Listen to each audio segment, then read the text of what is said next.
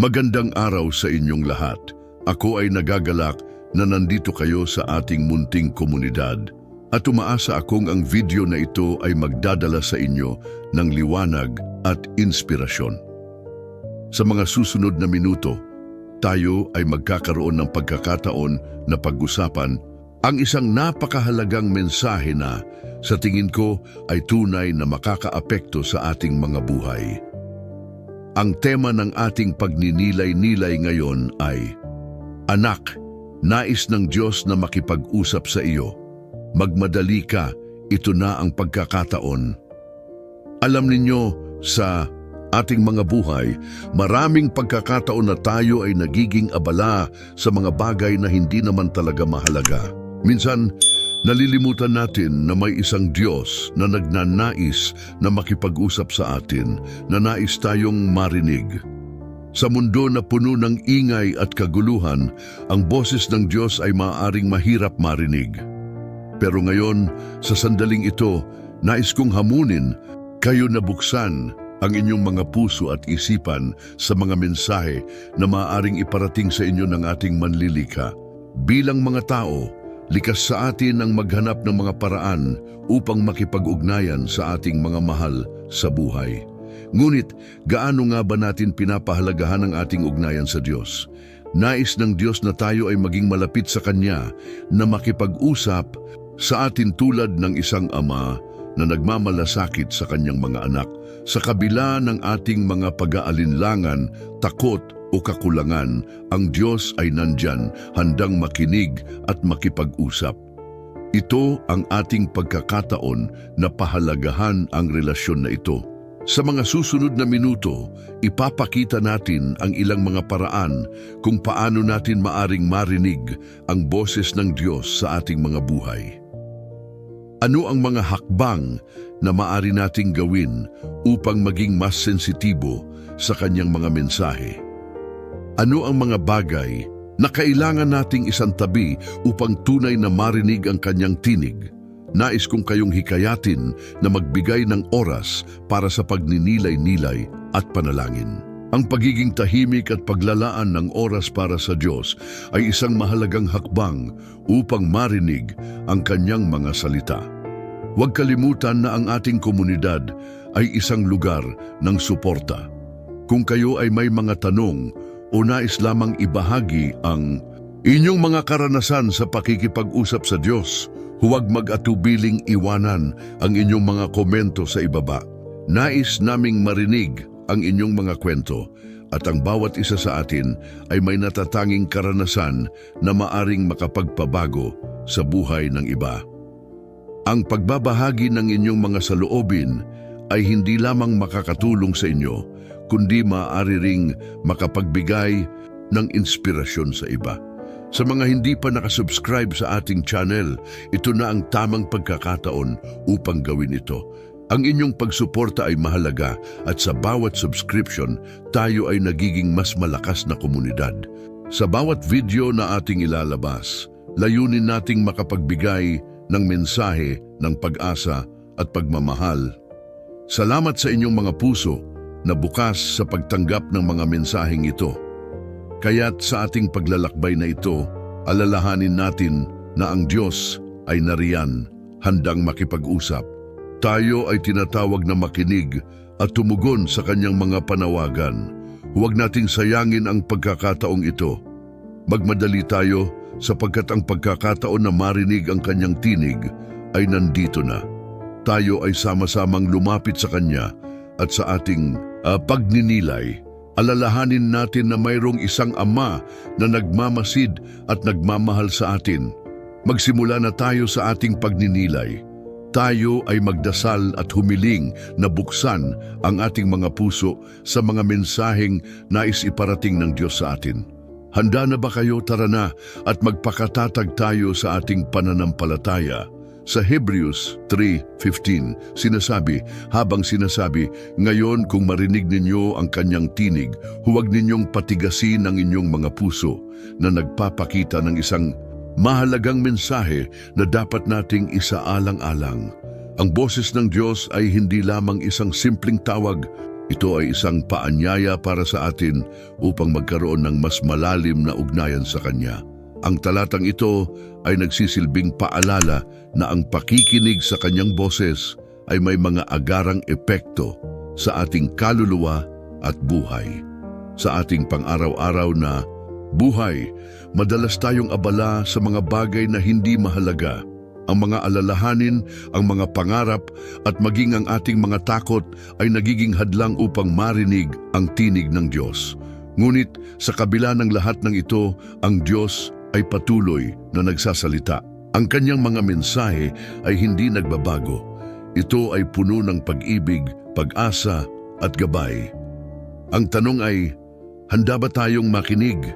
Handa ba tayong buksan ang ating mga puso at isipan sa Kanyang mga paanyaya? Ang pagsasagawa ng pagtugon sa tawag ng Diyos ay nangangailangan ng ating aktibong pakikilahok. Ito ay hindi isang passive na proseso. Ang tunay na pagsunod ay nagmumula sa ating desisyon na isantabi ang ating mga personal na kagustuhan at mas pagtuunan ng pansin ang Kanyang kalooban.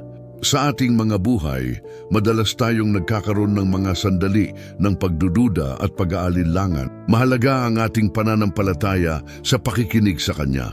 Ang ating mga puso ay dapat maging handa at bukas sa Kanyang mga mensahe. Sa bawat pagkakataon na tayo ay nagdarasal, nagbabasa ng Biblia o nakikinig sa mga aral, ito ay isang pagkakataon upang marinig ang tinig ng Diyos sa ating mga buhay. Gayunpaman, dapat nating alalahanin na ang pakikinig ay hindi sapat. Kailangan din nating kumilos batay sa ating narinig. Ang pagsunod ay ang susi upang makamit ang mga biyayang nakalaan para sa atin. Sa ating paglalakbay sa pananampalataya, may mga pagkakataon na tayo ay nagiging matigas ang puso. Tulad ng nabanggit sa Hebrews, huwag nating patigasin ang ating mga puso. Sa halip, dapat tayong maging sensitibo sa Kanyang tinig. Ang bawat pagkakataon na tayo ay tumutugon sa Kanyang paanyaya ay nagiging hakbang patungo sa mas malalim na ugnayan sa Kanya. Ang Diyos ay laging nariyan, handang makipag-usap sa atin, at ang tanong ay, handa ba tayong lumapit sa Kanya? Ang ating pagsunod sa Diyos ay nagdadala ng kapayapaan sa ating mga puso. Sa mga panahon ng pagkabalisa at takot, ang Kanyang boses ang nagbibigay lakas at pag-asa. Ang pagsunod sa Kanya ay hindi palaging madali, ngunit ang mga pagsubok na ito ay nagiging bahagi ng ating paglago bilang mga tao ng Diyos. Sa bawat hakbang ng ating pananampalataya, patuloy tayong inaanyayahan upang lumapit sa Kanya ng may tiwala. Sa kabila ng ating mga kahinaan at pagkukulang, ang Diyos ay nananatiling tapat. Siya ay nariyan, handang makipag-ugnayan sa atin, at ang Kanyang boses ay umaabot sa ating mga puso. Ang mensahe ng Hebrews 3:15 ay isang paanyaya upang tayo ay magpatuloy sa paghahanap at pagdinig sa Kanyang mga salita. Sa ating pagnanais na lumalim sa ating pananampalataya, dapat tayong maging mapanuri sa ating mga damdamin at alalahanin. Huwag nating hayaang hadlangan ng mundo ang ating kakayahang makinig sa Kanyang tinig. Sa huli, ang ating relasyon sa Diyos ay nakasalalay sa ating desisyon na makinig at sumunod. Ang Kanyang boses ay hindi lamang isang pahayag, kundi isang mahalagang bahagi ng ating paglalakbay. Ngayon, higit kailanman, mahalaga ang ating tugon. Ating pahalagahan ang pagkakataong ito upang makinig at tumugon sa Kanyang tawag. Huwag nating ipagpaliban ang pagkakataon na makipag-ugnayan sa Kanya, sapagkat ang Kanyang mga mensahe ay nagdadala ng buhay at pag-asa. Sa ating paglalakbay sa buhay, madalas tayong nahaharap sa mga hamon at pagsubok. Sa gitna ng mga ito, ang ating espiritual na kalagayan ay napakahalaga. Isang mahalagang paalala mula sa Isaiah chapter 6 ay ang ating tungkulin na hanapin ang Diyos habang Siya ay malapit. Ang talatang ito ay nag-uudyok sa atin na huwag ipagpaliban ang ating pakikipag-ugnayan sa Kanya sapagkat ang mga mensahe at gabay ng Diyos ay hindi lamang mahalaga, kundi ito rin ay nagbibigay ng tunay na direksyon sa ating buhay. Kadalasan, yung mga tao ay nagiging abala sa kanilang pang-araw-araw na gawain. May mga pagkakataon na ang ating mga isip ay puno ng mga alalahanin at pananabik na makamit ang mga bagay na panlupa. Sa gitna ng mga ito, nakakalimutan natin na ang Diyos ay naririto handang makipag-usap sa atin. Ang Kanyang mga salita ay puno ng kapayapaan at pag-asa na nagbibigay liwanag sa ating madilim na landas. Ang ating pagtugon sa Kanya ay may agarang epekto sa ating kaluluwa. Naway hindi natin ipagpaliban ang pagkakataon na ito, kundi dapat tayong magmadali upang makinig at sumunod sa Kanyang mga paanyaya. Ang paghahanap sa Diyos ay hindi lamang isang simpleng hakbang. Ito ay isang aktibong proseso na nagsasangkot ng ating buong pagkatao. Dapat tayong maging mapanuri sa ating mga puso at isipan. Ano ang mga bagay na humahadlang sa atin upang makinig sa Kanya? Minsan, ang ating mga alalahanin sa buhay ay nagiging hadlang sa ating pakikinig sa Kanyang tinig. Sa mga pagkakataong ito, ang ating pananampalataya ang dapat na manguna. Ang pagtitiwala sa Kanyang mga pangako ay nagbibigay sa atin ng lakas na harapin ang mga pagsubok. Ang ating pagnanais na marinig Siya ay dapat na mas matimbang kaysa sa mga abala at pagsubok na ating nararanasan. Sa ating paghahanap sa Diyos, mahalaga ang ating pagkilala sa Kanyang presensya. Ito ay hindi lamang sa mga oras ng panalangin o pagsamba, kundi sa bawat sandali ng ating buhay. Ang Diyos ay nais makipag-usap sa atin sa pamamagitan ng mga simpleng sitwasyon, sa ating mga interaksyon sa ibang tao, sa mga desisyon na ating ginagawa at sa mga pangarap na ating pinapangarap. Sa bawat pagkakataon, dapat tayong maging bukas sa Kanyang mga mensahe. Ang mga ito ay maaaring dumating sa anyo ng mga pagkakataon, pagsubok o mga pagbabago sa ating buhay. Mahalaga rin ang pagkilala na ang mga mensahe ng Diyos ay maaaring hindi laging madali o komportable. Minsan, ito ay nagsisilbing hamon sa ating mga paniniwala at pag-uugali. Ngunit sa kabila ng mga hirap, ang Kanyang mga salita ay nagdadala ng tunay na pag-unawa at liwanag sa ating mga kaluluwa. Ang bawat tawag ng Diyos ay naglalaman ng pag-asa at posibilidad na tayo ay magbago at lumago. Ang ating pagtugon dito ay nagsisilbing hakbang patungo sa ating espiritual na pag-unlad. Kaya't sa bawat pagkakataon na tayo ay nahaharap sa mga desisyon o pagsubok, alalahanin natin ang paalala ng Isaiah 55:6. Huwag nating ipagpaliban ang pagkakataon na makipag-ugnayan sa Diyos.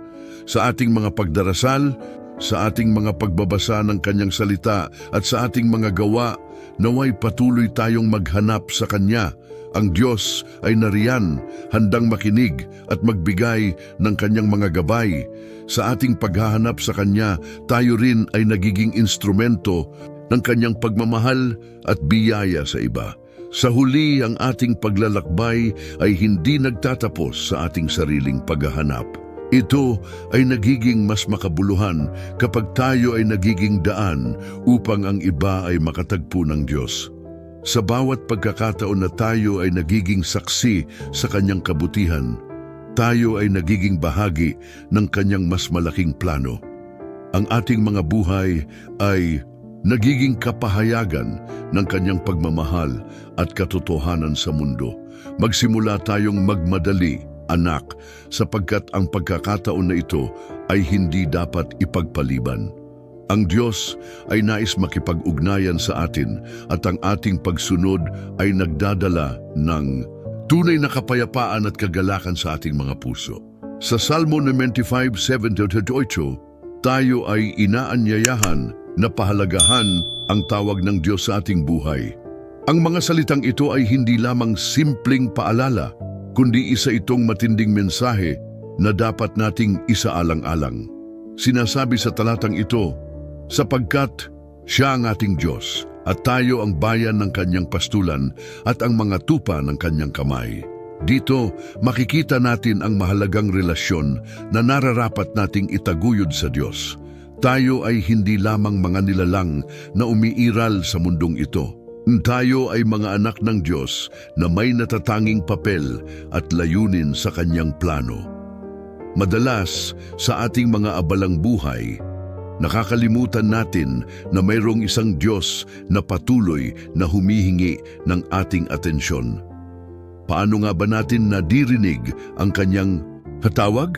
Sa mga pagkakataon ba na tayo ay tahimik at nag-iisip o sa mga oras na tayo ay nagdaranas ng pagsubok? Madalas ang kanyang boses ay hindi maririnig sa ingay ng ating pang-araw-araw na buhay. Kaya't napakahalaga na tayo ay maglaan ng oras upang makinig. Ang pagtanggap sa tawag ng Diyos ay nangangailangan ng ating pagbubukas ng puso at isipan. Hindi lamang ito isang pag-uusap na nagmumula sa Kanya patungo sa atin, kundi ito rin ay isang pagkakataon para sa atin na makipag-ugnayan sa Kanya sa isang mas malalim na antas. Sa Salmo 25:8 may babala na ibinibigay, huwag ninyong patigasin ang inyong mga puso gaya ng nangyari sa Meriba, gaya ng araw ng pagsubok sa ilang. Ang ating mga puso ay may kakayahang maging matigas sa mga pagkakataong tayo ay hindi nakikinig sa Kanya. Kapag pinabayaan nating tumahimik ang Kanyang boses sa ating buhay, nagiging madali para sa atin na makalimutan ang Kanyang mga pangako at mga layunin. Ang ating pagtanggi na makinig ay maaaring magdulot ng pagkalayo sa Kanya at dito nagsisimula ang ating espiritual na pagkatuyo. Kaya't mahalaga na tayo ay maging mapanuri at handang tumugon sa Kanya anumang oras. Ang tawag ng Diyos ay hindi natatapos sa isang pagkakataon lamang. Ito ay isang patuloy na proseso ng pakikinig at pagsunod. Sa bawat araw na tayo ay gumigising, mayroong bagong pagkakataon na pahalagahan ang Kanyang boses. Maari tayong magtanong, paano ko maipapakita ang aking pagtanggap sa Kanya? Paano ko maipapahayag ang aking pananampalataya sa Kanyang mga salita? Sa mga simpleng bagay, sa ating mga desisyon, sa ating pag-uugali at sa ating pakikitungo sa kapwa, maaari tayong maging mga kasangkapan ng Kanyang pagmamahal at biyaya. Madalas, ang ating mga takot at pagdududa ang nagiging hadlang sa ating pagtanggap sa tawag ng Diyos. Subalit, sa bawat hamon na ating kinakaharap, naroon ang Kanyang pangako na Siya ay kasama natin. Ang Kanyang mga salita ay nagbibigay ng lakas at pag-asa. Sa ating paglalakbay, dapat nating tandaan na ang ating mga karanasan, maging ito ay maganda o mahirap, ay bahagi ng ating pag-unawa sa Kanyang plano. Ang pagtanggap sa tawag ng Diyos ay hindi laging madali, ngunit ito ay isang hakbang patungo sa mas malalim na relasyon sa Kanya. Kaya, anak, ito ang pagkakataon na tayo ay tumugon. Huwag hayaang ang takot o pagdududa ay maging hadlang sa iyong pagtanggap. Ang Diyos ay nariyan, handang makipag-ugnayan at magbigay ng gabay. Ating pahalagahan ng Kanyang tawag at buksan ang ating mga puso sa Kanyang mga mensahe. Sa bawat pagkakataon na tayo ay huminto at makinig, nagiging mas maliwanag ang Kanyang mga layunin para sa ating buhay.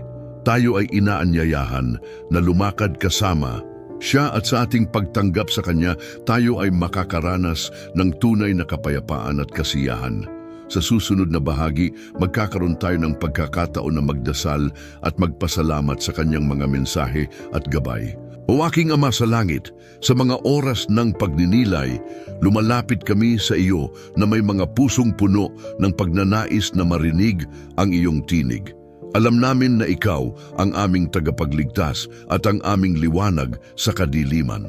Sa bawat hakbang na aming ginagawa, Nais naming maramdaman ang iyong presensya, ang iyong mga yakap na nagaanyaya sa amin upang lumapit sa iyo. Sa mundong puno ng ingay at kaguluhan, tinatawag mo kami, O Diyos, upang makinig sa iyong mga salita. Sa mga pagkakataong kami ay naliligaw ng landas, naway maging liwanag ang iyong mga mensahe sa aming mga puso.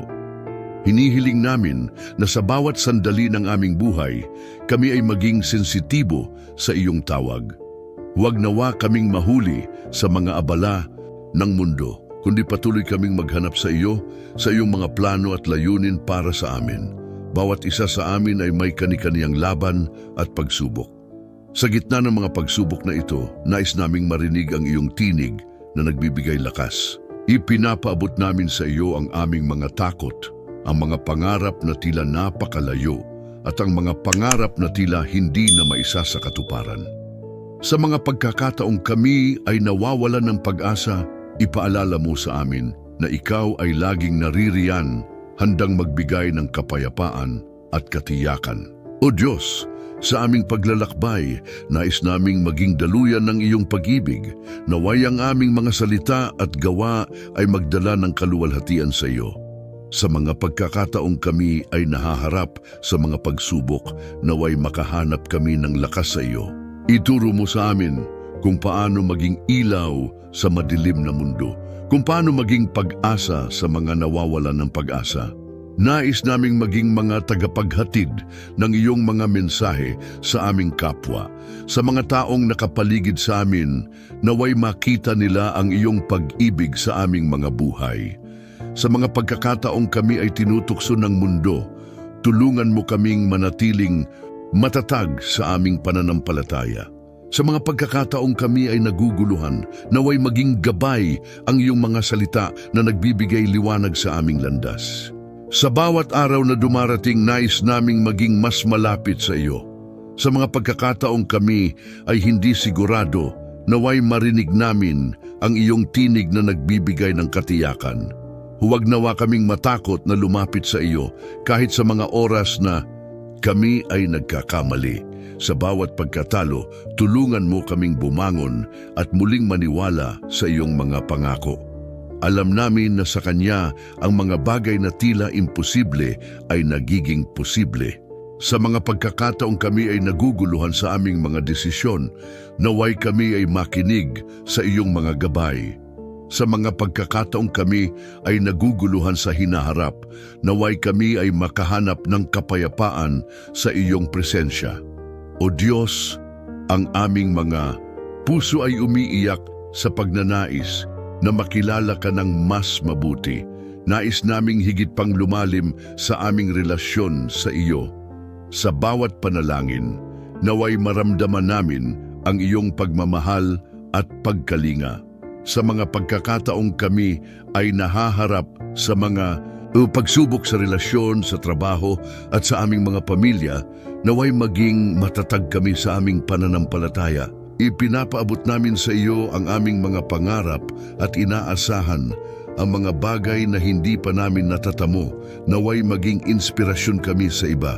Sa mga pagkakataong kami ay tinutukso ng mga pagsubok, naway maging paalala kami na sa iyo ang lahat ay posible. Sa mga pagkakataong kami ay naguguluhan, tulungan mo kaming tumingin sa iyo bilang aming gabay. Hinihiling namin na ang mga tao sa aming paligid ay maramdaman ang iyong pagmamahal sa pamamagitan ng aming mga gawa. Naway maging ilaw kami sa dilim at naway madala namin ang iyong mensahe ng pag-asa sa mga nawawalan ng pag-asa. Sa bawat hakbang na aming ginagawa, nais naming maramdaman ang iyong pagmamahal.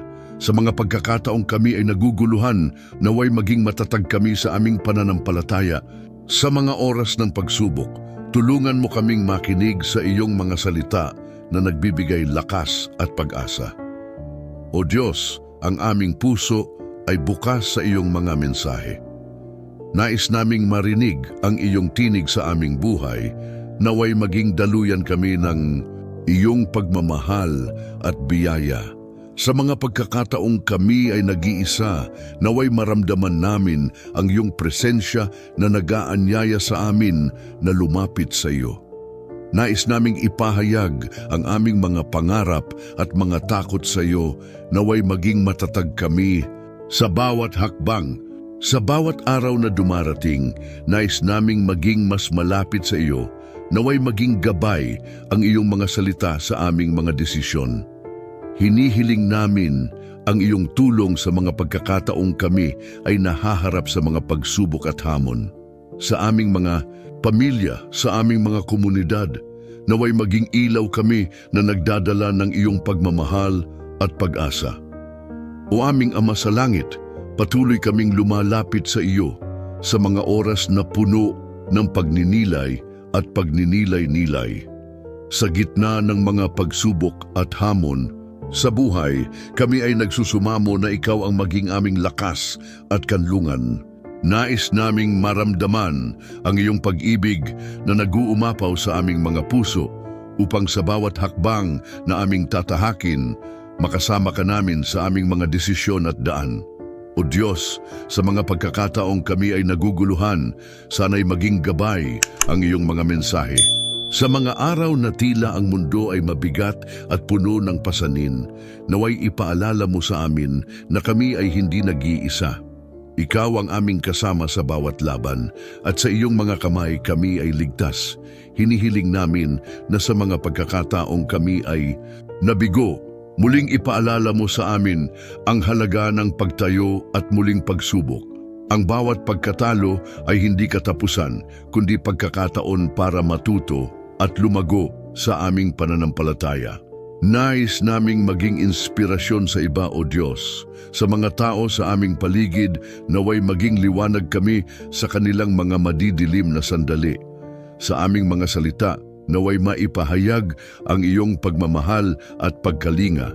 Sa mga pagkakataong kami ay nahaharap sa mga pagsubok sa relasyon, trabaho at pamilya, tulungan mo kaming manatiling matatag at puno ng pag-asa. O Diyos, ang aming mga puso ay uhaw na makilala ka ng mas mabuti. Nais naming lumalim ang aming relasyon sa iyo. Sa aming mga panalangin, naway maramdaman namin ang iyong pagkakaroon sa aming buhay. Ipinapaabot namin ang aming mga pangarap at mga inaasam, ang mga bagay na tila malayo sa aming mga kamay. Naway ituro mo sa amin ang tamang landas at sa bawat hakbang kami ay maging tapat sa iyong mga layunin. Sa mga pagkakataong kami ay tinutukso ng mga pagsubok, tulungan mo kaming manatiling matatag sa aming pananampalataya. Naway maging paalala kami sa iba na ang lahat ay posible sa pamamagitan mo. Sa mga oras na kami ay naguguluhan, tulungan mo kaming tumingin sa iyo bilang aming gabay at ilaw. O Diyos, sa aming mga pamilya at komunidad, naway maging daluyan kami ng iyong pagmamahal at pag-asa. Sa mga mahihirap na pagkakataon, ipakita mo sa amin kung paano maging matatag at maging inspirasyon sa aming mga kapwa. Huwag mo sanang hayaang malimutan namin ang aming layunin na maging mga tagapaghatid ng iyong mensahe. Nais naming ipahayag ang aming mga takot at pangarap sa iyo, naway maging matatag kami sa bawat hakbang ng aming paglalakbay. Hinihiling namin na sa bawat araw na dumarating, kami ay maging mas malapit sa iyo. Sa mga oras na kami ay nag-iisa, sana'y maramdaman namin ang iyong presensya na nag-aanyaya sa amin na lumapit sa iyo. O Diyos, sa lahat ng pagkakataon, ang aming mga puso ay bukas sa iyong mga mensahe. Nais naming marinig ang iyong tinig sa aming buhay, naway maging daluyan kami ng iyong pagmamahal at biyaya. Sa bawat hakbang na aming ginagawa, sana'y ang iyong mga salita ang magsilbing gabay. Patuloy kaming humihingi ng tulong sa iyo. Sa aming mga pamilya, sa aming mga komunidad, at sa lahat ng aspeto ng aming buhay, naway maging ilaw kami na nagdadala ng iyong pag-ibig at pag-asa. Ipinapaabot namin ang aming mga pangarap, ang aming mga pinagdaraanan, at ang aming mga pagsubok sa iyong mga kamay. Sa pagtatapos ng panalangin na ito, kami ay nagsusumamo na ang aming mga puso ay patuloy na mapuno ng iyong pag-ibig at pagkalinga. Nais naming maramdaman ang iyong pagkakaroon sa aming mga buhay at sa bawat araw patuloy kaming lumapit sa iyo na may pananampalataya. O Diyos, kami ay nagtitiwala sa iyo. Sa iyong mga pangako, kami ay may pag-asa at kapayapaan. Naway ang aming buhay ay maging testamento ng iyong kabutihan at katapatan. Sa ngalan ni Jesus, Amen. Sa ating pagwawakas ng ating devosyonal, nais kong ipaalala sa inyo ang kahalagahan ng pakikinig sa tinig ng Diyos. Sa bawat araw na lumilipas, may mga pagkakataon tayong nawawalan ng koneksyon sa Kanya dahil sa mga abala ng buhay, mga alalahanin at mga pagsubok. Ngunit sa kabila ng lahat ng ito, ang Diyos ay palaging naririyan, naghihintay na tayo ay lumapit sa Kanya. Minsan, ang mundong ating ginagalawan ay puno ng ingay at abala. Ang mga responsibilidad, mga gawain at mga isyu sa buhay ay maaaring magpahirap sa atin na marinig ang tinig ng ating Ama. Ngunit, ngayong araw, naway naisip natin na ang pakikinig sa Kanya ay hindi lamang isang pagpipilian kundi isang pangangailangan. Ang Diyos ay may mensahe para sa iyo. Siya ay may mga plano na puno ng pag-asa at kapayapaan. Tandaan natin ang mga salita ng Propeta Jeremias na nagsasabing, "Sapagkat alam ko ang mga plano ko para sa inyo, mga plano para sa kabutihan at hindi para sa kasamaan, upang bigyan kayo ng pag-asa at isang hinaharap." Sa gitna ng iyong mga laban, ang Diyos ay may mga plano na mas mataas pa sa ating mga inaasahan. Kaya't huwag tayong matakot na lumapit sa Kanya, lalo na sa mga oras ng pangangailangan. Marahil ay may mga pagkakataon sa iyong buhay na naramdaman mong nag-iisa ka. Nais kong ipaalala sa iyo na hindi ka nag-iisa. Ang ating Diyos ay kasama mo sa bawat hakbang. Siya ang ating tagapagtanggol, ang ating matibay na kanlungan sa oras ng kagipitan. Bawat luha na iyong ibinuhos, bawat sigaw ng iyong puso ay naririnig niya. Ang Kanyang pag-ibig ay hindi nagmamaliw. Ito ay nariyan, laging naghihintay na tayo'y lumapit at makinig. Sa mga susunod na araw, subukan mong maglaan ng oras upang makipag-usap sa Kanya. Sa iyong mga dalangin, maging tapat ka. Huwag mag-atubiling ipahayag ang iyong mga takot, ang iyong mga pangarap at ang iyong mga pagdududa. Sa Kanya walang masyadong malalim o masyadong mababaw na isyu. Lahat ay mahalaga sa Kanya dahil ikaw ay mahalaga. At habang ikaw ay naglalakad sa iyong landas, isaisip mo na ang bawat hakbang ay may kahulugan. Ang bawat desisyon na iyong ginagawa ay may epekto sa iyong buhay at sa buhay ng iba. Kaya't maging maingat sa iyong mga pinipili at maging bukas sa mga mensaheng ipinaaabot sa iyo ng Diyos. Maaaring ito ay sa pamamagitan ng mga tao sa paligid mo, sa mga sitwasyon na iyong nararanasan o sa mga salita na iyong nababasa. Laging kausapin ng Diyos at itanong sa Kanya kung ano ang nais niyang iparating sa iyo. Nais ko rin kayong hikayatin na maging ilaw sa mundo. Sa bawat pagkakataon na tayo ay nakakatagpo ng ibang tao, dalhin natin ang mensahe ng pag-ibig at pag-asa. Minsan, ang simpleng ngiti o magandang salita ay maaring maging daan upang maramdaman ng iba ang presensya ng Diyos sa kanilang buhay. Sa ating mga simpleng pagkilos, maaari tayong maging mga tagapaghatid ng Kanyang kapayapaan at kagalakan. Huwag kalimutan na ang Diyos ay palaging handang makipag-usap sa iyo. Huwag palampasin ang pagkakataon na makinig sa Kanya. Ngayon na ang tamang panahon upang marinig ang Kanyang tinig. Magtiwala ka sa Kanya at sa Kanyang mga plano. Naway ang bawat araw mo ay maging pagkakataon upang lumapit sa Kanya, makinig at tumugon. Naway ang ating mga puso ay laging handang tumanggap ng Kanyang mensahe ng pag-ibig at pag-asa. Patuloy tayong magdasal at magtiwala sa Kanya. Asahan mong ang kanyang mga mensahe ay darating sa mga oras na iyong hindi inaasahan. Naway sa ating paglalakbay na ito, sama-sama tayong lumago sa pananampalataya at pagmamahal sa ating Diyos. Amen.